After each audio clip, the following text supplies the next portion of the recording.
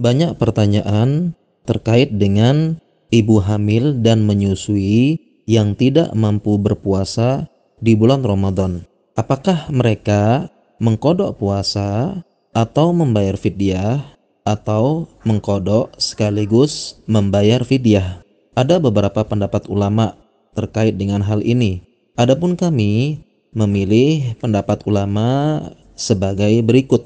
Yang pertama, ibu hamil dan menyusui jika mampu berpuasa sebaiknya berpuasa. Yang kedua, jika tidak mampu berpuasa maka dia mengkodok setelah melahirkan atau setelah menyusui. Karena hukum asal seseorang yang tidak mampu berpuasa dia wajib mengkodok. Kemudian apabila tidak mampu mengkodok sama sekali dan tidak mampu, maka dia hanya membayar fidyah saja. Contoh kasusnya, ketika ada seorang ibu hamil, dia tidak berpuasa hampir sebulan.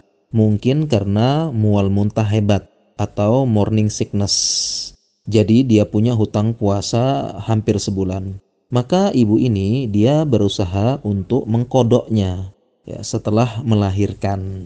Tetapi bisa jadi ya, setelah itu dia menyusui bayinya, dan ketika dia mencoba menyusui dia pun merasa lemas dan tidak bisa mengurus bayinya, sehingga dia pun memiliki hutang puasa lagi.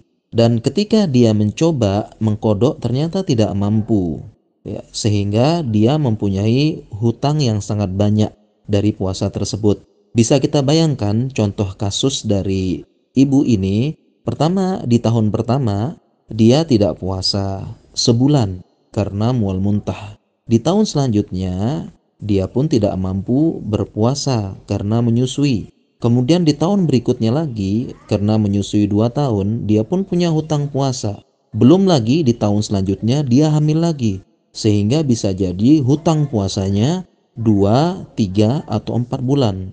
Tentu ini sangat banyak dan bisa jadi dia tidak mampu membayarnya.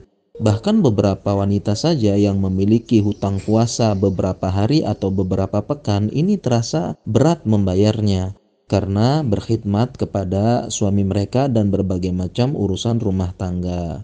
Jadi urutannya seperti demikian.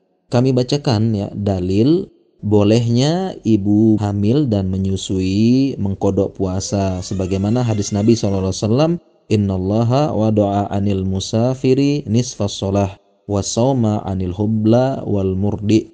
Sesungguhnya Allah meringankan separuh solat bagi musafir dan meringankan puasa dari wanita hamil dan menyusui.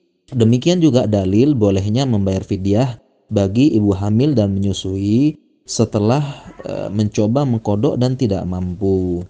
Ulama menjelaskan bolehnya fidyah berdasarkan ayat sebagai berikut, wa 'alal ladzina yutiqunahu fidyatun ta'amu miskin.